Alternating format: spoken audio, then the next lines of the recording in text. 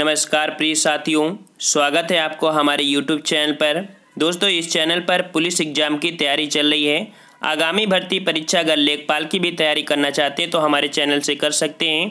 यहाँ पर आपको बेहतरीन बुक के साथ आपके प्रैक्टिस सेट कराए जाते हैं। साथ में आपको यहाँ पर फ्री नोट्स भी प्रोवाइड कराए जाते हैं। आप हमारे टेलीग्राम नंबर पर जुड़ सकते हैं और आप फ्री नोट्स यहाँ पर प्राप्त कर सकते हैं। तो आइए फ्रेंड्स, यहाँ पर हिंदी के काफ़ी महत्वपूर्ण क्वेश्चन है, काफ़ी अच्छा प्रैक्टिस सेट आपका है। चलते आपका पहला क्वेश्चन है, अनिल अनल का सही अर्थ देने वाला शब्द युग्म कौन सा है। अर्थात अनिल का क्या अर्थ होता है और अनल का क्या अर्थ होता है। आपका सही जवाब होगा ए नंबर, अर्थात अनिल मतलब वायु, अनल मतलब क्या होता है, अग्नि होता है। आपका ए नंबर सही हो जाएगा ये जोड़ा। नेक्स्ट क्वेश्चन आपका पूछा है, पराजय में उपसर्ग है। पराजय में उपसर्ग क्या है, तो भाई यहाँ पर आपको सी हो जाएगा। पराजय में आपका जो उपसर्ग अर्थात किसी भी शब्द के पहला वाला जो शब्द होता है अर्थ बदलता है, वही होता है आपका उपसर्ग। यहाँ पर आपका परा जो दिया है वो आपको यहाँ पर उपसर्ग है, सी नंबर सही हो जाएगा।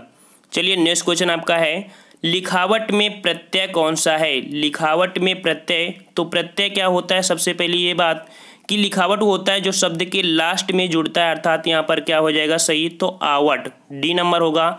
आवट यहाँ पर आपका प्रत्यय है लिखावट में। नेक्स्ट क्वेश्चन आपका है, महोत्सव का संधि विच्छेद है। महोत्सव का संधि विच्छेद क्या होगा, तो बी नंबर हो जाएगा आपका महाधन उत्सव। क्या हो जाएगा आपका महाधन उत्सव, अर्थात ये आपका गुण संधि है। ठीक है, क्या है आपका, ये आपका गुण संधि है। नेक्स्ट क्वेश्चन यहाँ पर देखते हैं,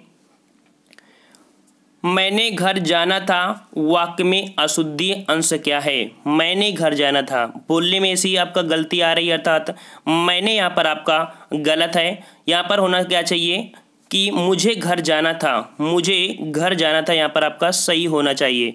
चलिए नेक्स्ट क्वेश्चन आपका दिया है, देशभक्ति में समास क्या है। देशभक्ति में समास क्या है, आपका सही जवाब होगा सी नंबर, अर्थात देश के लिए भर्ती, देश के लिए भक्ति, ये आपका हो जाएगा, जो कि संप्रदान तत्पुरुष समास के अंतर्गत आपका ये आता है। लेकिन आपको यहाँ पर उसके अकॉर्डिंग आपका तत्पुरुष समास सही होगा। चलिए नेक्स्ट क्वेश्चन आपका पूछा गया है, काफ़ी महत्वपूर्ण क्वेश्चन है, पुस्तक पढ़ी जाती है, इसमें से वाच्य पूछा है। पुस्तक पढ़ी जाती है, इसमें से आपका वाच्य पूछा है। सही जो आपका होगा कर्मवाच्य। क्या हो जाएगा, कर्मवाच्य। वाक्य में कर्मवाच्य है। ठीक है, क्रिया के उस रूपांतरण को कर्मवाच्य कहते हैं जिसके वाक्य में कर्म की प्रधानता होती है। यहाँ पर देख सकते हैं पुस्तक पढ़ी जाती है, वाक्य में कर्म क्या है आपका, तो यहाँ पर आपका यहाँ पर पुस्तक आपका क्या है, कर्म है। ठीक है, और वाक्य का लिंग वचन पुरुष कर्म के आधार पर भी परिवर्तित हो सकता है। नेक्स्ट क्वेश्चन आपका दिया है 46 नंबर, निम्नलिखित में से अव्यय क्या है। अव्यय क्या है यहाँ पर, तो डी नंबर यहाँ पर देखिए जो और है, और ये आपका अव्यय अर्थात समुच्चय बोधक अव्यय है। दो वाक्यों को जोड़ने वाले जो शब्द होते हैं उन्हें समुच्चय बोधक अव्यय कहलाते हैं। ठीक है, इस प्रकार आपका जो और है ये आपका अव्यय हो जाएगा। ठीक है, नेक्स्ट है, हिंदी में पूर्ण विराम का चिन्ह क्या होता है। पूर्ण विराम का चिन्ह क्या होता है, आपका सही जवाब होगा सी नंबर, जो आपको ये ऐसे दिख रहा है ये आपका होता है पूर्ण विराम। ठीक है, पूर्ण विराम। और अगला क्वेश्चन आपका दिया गया है, दूध का धुला होना, मुहावरे का अर्थ पूछा है। दूध का धुला होना अर्थात यहाँ पर निर्दोष होना। ठीक है, ए नंबर होगा निर्दोष होना, आपका ए नंबर सही हो जाएगा। नेक्स्ट क्वेश्चन आपका है, जिसकी लाठी उसकी भैंस, जिसकी लाठी उसकी भैंस में लोकोक्ति का सही अर्थ क्या हो जाएगा, तो यहाँ पर देखते हैं आपका सही क्या हो जाएगा, तो बी नंबर पे गौर करिए। यहाँ कह रहा है शक्ति संपन्न आदमी अपना काम बना लेता है, अर्थात जिसकी लाठी उसकी भैंस, यहाँ पर आपका सही जवाब होगा। नेक्स्ट क्वेश्चन आपका पूछा है, काफ़ी महत्वपूर्ण है, वीर रस का स्थायी भाव। वीर रस का स्थायी भाव क्या होता है, तो फ्रेंड्स ये आपका होता है उत्साह होता है। ठीक है, वीर रस का स्थायी भाव क्या होता है, उत्साह होता है। ठीक है, और नेक्स्ट क्वेश्चन यहाँ पर देखते हैं, दोहे के प्रथम चरण में कितनी मात्राएं होती हैं। तो दोहे में देखो 4 चरण होते हैं, और जो आपका 1 2 3 4 चरण होते हैं। प्रथम और जो कि आपका तृतीय है, अर्थात प्रथम और तृतीय हमने देखो ऐसे बोला और बन गया। इसका मतलब है प्रथम और तृतीय में आपके 13 मात्राएं होती हैं। आपका सही जवाब यहाँ पर 51 का हो जाएगा, सी नंबर। ठीक है, हो गया ना। और जो द्वितीय और चतुर्थ होती है उसमें आपकी 11 मात्राएं होती हैं। आपको लिखने से ही पूरा पता चल गया होगा। चलिए नेक्स्ट क्वेश्चन आपका है, निम्नलिखित में से कौन सा शब्द अलंकार है, कौन सा शब्द अलंकार है फ्रेंड्स, आपका होगा यहाँ पर डी नंबर यमक अलंकार। यमक अलंकार शब्द अलंकार है।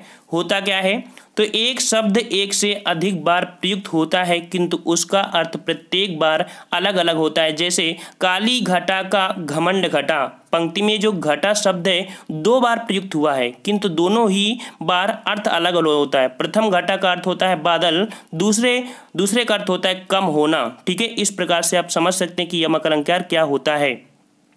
अगला है कि निम्न में से तालव्य ध्वनि कौन सी है। तालव्य ध्वनि, तो सी नंबर देखिए यहाँ पर जो सा है, सा आपकी तालव्य ध्वनि है। इसके अतिरिक्त जो हमारे और भी होते हैं लेकिन इसके अकॉर्डिंग आपके यहाँ पर सा नंबर सही हो जाएगा, सी। नेक्स्ट क्वेश्चन आपका है, निम्न में से कौन सा वर्ण अघोष है, कौन सा वर्ण अघोष है। आपका सही जवाब होगा ए नंबर जो आपका दिया है यहाँ पर का, तो यह आपका अघोष है। तो सघोष और अघोष क्या होते हैं, तो देख लीजिए, जैसे का होता है, खा होता है, गा, तो स्टार्टिंग की जो आपके 2 होते हैं वो आपके अघोष होते हैं और जो 3 लास्ट के होते हैं वो हमारे सघोष होते हैं।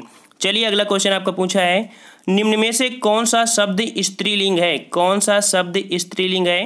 तो यहाँ पर देखिए रचना, रचना ये आपका क्या है, यहाँ पर स्त्रीलिंग है। ठीक है, 55 का हो जाएगा आपका रचना, यहाँ पर आपका स्त्रीलिंग है। ठीक है, किसकी रचना है, ऐसे बोलते किसकी, तो हमने देखो किसकी बोली, इसका मतलब स्त्रीलिंग आपका यहाँ हो गया। चलिए नेक्स्ट क्वेश्चन आपका पूछा है, निम्न में से कौन सा शब्द पुल्लिंग है, कौन सा शब्द पुल्लिंग है। तो यहाँ पर आपका हो जाएगा बी नंबर, अर्थात जो राष्ट्र है, यह देश राष्ट्र है, आपका ये पुल्लिंग होगा। नेक्स्ट क्वेश्चन है, किस शब्द का प्रयोग सदा बहुवचन में होता है। सदा बहुवचन में कौन सा शब्द प्रयोग होता है, तो यहाँ पर प्राण निकल गए, हमेशा यहाँ पर प्रयोग करते हैं, प्राण निकल गए, अर्थात ये बहुवचन का प्रयोग होता है। ने किस कारक का चिन्ह है, ने किस कारक का चिन्ह है। आपका ए सही जवाब होगा कर्ता ने। ठीक है, कर्ता ने कर्म को करण से संप्रदान के लिए, यहाँ पर आपका कर्ता ने, आपका ए नंबर सही हो जाएगा।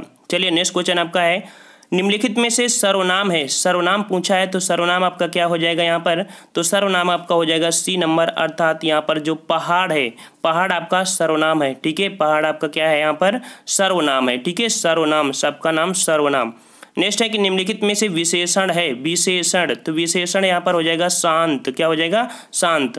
तो शांत शब्द गुणवाचक विशेषण है, जो शब्द संज्ञा सर्वनाम के गुणधर्म स्वभाव का बोध कराते हैं उन्हें गुणधर्म गुणवाचक सर्वनाम कहते हैं। लंबाई, बुढ़ापा व समझ भाववाचक संज्ञा यहाँ पर। ठीक है, लंबाई, बुढ़ापा, समझ ये आपकी भाव, लेकिन यहाँ पर शांत आपका है विशेषण है।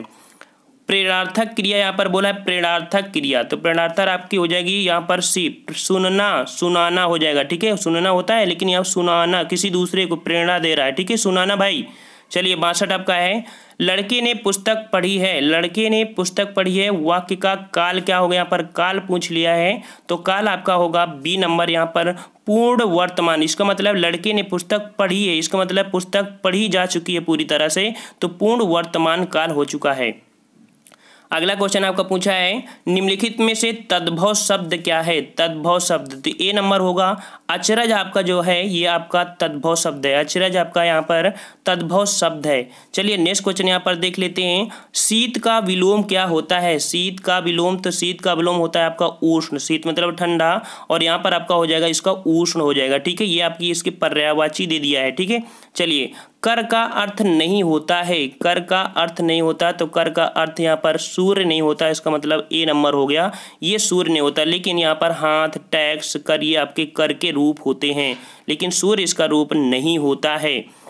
अगला क्वेश्चन आपका है, जो कठिनाई से मिलता है उसके लिए एक शब्द होगा, कठिनाई से मिलने वाला शब्द होता है आपका बी नंबर दुर्लभ। ठीक है, क्या होता है, जो कठिनाई से मिलता है उसके लिए आपका शब्द होगा दुर्लभ। चलिए अगला आपका गद्यांश दिया है भाई, तो देखो गद्यांश में आपको टाइम वेस्ट नहीं करना है आपको, और अगर आप हमसे जुड़े हैं तो गद्यांश को शॉर्टकट में सीखना हम आपको अगले वीडियो में बता देंगे। ठीक है, अगले वीडियो में आपको बताएंगे कैसे इसको सॉल्व करते हैं, आसानी से पूरे के पूरे नंबर कैसे हम लोग यहाँ पर ला सकते हैं इसके अकॉर्डिंग से। ठीक है, तो यहाँ पर आपको 71 क्वेश्चन तक आपको यहाँ पर कुछ नहीं करना है, बिल्कुल से आपको परेशान नहीं होना है कि नहीं हम कैसे छाटेंगे, पूरे के पूरे आप कैसे निकालेंगे नंबर, आप अपने थाली में कैसे लेके आएंगे, पूरे के पूरे नंबर आपको मिल जाएंगे। इसका हम स्पेशल वीडियो आपको पूरी तरह से बना देंगे ताकि आपको प्रॉब्लम नहीं होगी।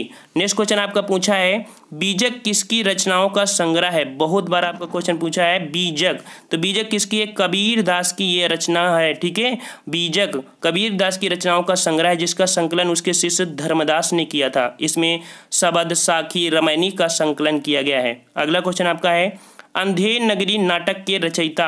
कितना अच्छा क्वेश्चन है यहाँ पर, अंधेर नगरी। ठीक है, यहाँ पर सी सही जवाब होगा भारतेंदु हरिश्चंद्र। ठीक है, अंधेर नगरी आपने नाटक सुना होगा। चलिए 74 है कामायनी के रचनाकार क्या है। कामायनी के रचनाकार क्या है, आपका सही जवाब होगा ए नंबर जयशंकर प्रसाद। ठीक है, यह 15 उपसर्गों में लिखा गया है। ठीक है, 15 उपसर्गों में सर्गों में लिखा गया, 15 सर्गों में लिखा गया है। इसका प्रकाशन वर्ष हमारा 1936 ईस्वी में किया गया था फ्रेंड्स। ठीक है, और लास्ट क्वेश्चन यहाँ पर जो दिया गया है 75 नंबर, जो कि लिए आपका चैलेंज क्वेश्चन, आपको कमेंट करके बताना है और भी अगले वीडियो में देखेंगे कौन सही जवाब देता है। तो गोदान की किसका उपन्यास है, गोदान किसका उपन्यास है, आपको कमेंट करके बताना है। 4 ऑप्शन आपको दिए गए हैं। अगले वीडियो में देखते हैं कि कौन सही जवाब देता है, उसमें आपको बताएंगे किसने सही जवाब दिया है। तो फ्रेंड्स अगर आपने अभी तक हमारे टेलीग्राम नंबर को ज्वाइन नहीं किया है तो ज्वाइन कर सकते हैं। यहाँ पर आपको ढेर सारी आपको फाइल दे दी जाती हैं, जहाँ पर प्रैक्टिस सेट के साथ साथ आपको संपूर्ण आपको हिंदी मिलेगी notes, free English notes, free geography notes, world geography दो, और आपको यहाँ पर जनरल साइंस, इंडियन ज्योग्राफी, पुस्तक सूचनांक, भारतीय संविधान, मतलब आपको सभी टोटल यहाँ पर फ्री आपको दिए जा रहे हैं। तो आप हमारे टेलीग्राम से जुड़ जाइए। टेलीग्राम की लिंक हमारे वीडियो के नीचे आपको दे दी गई, तो आसानी से आप यहाँ पर ऐसे क्लिक करके ज्वाइन हो सकते हैं। तो फ्रेंड्स आज की वीडियो में इतना ही। तो फ्रेंड्स आपका एक फ़र्ज है कि हम आपका सपोर्ट कर रहे हैं, आप हमारा सपोर्ट करिए, ज़्यादा से ज़्यादा वीडियो को शेयर करिए ताकि ज़्यादा से ज़्यादा लोग जुड़ें और आपको लाइव क्लास भी देना स्टार्ट कर दें। तो फ्रेंड्स आज की वीडियो में इतना ही, हम लोग मिलते हैं नेक्स्ट वीडियो में। तब तक के लिए धन्यवाद। जय हिंद, जय भारत।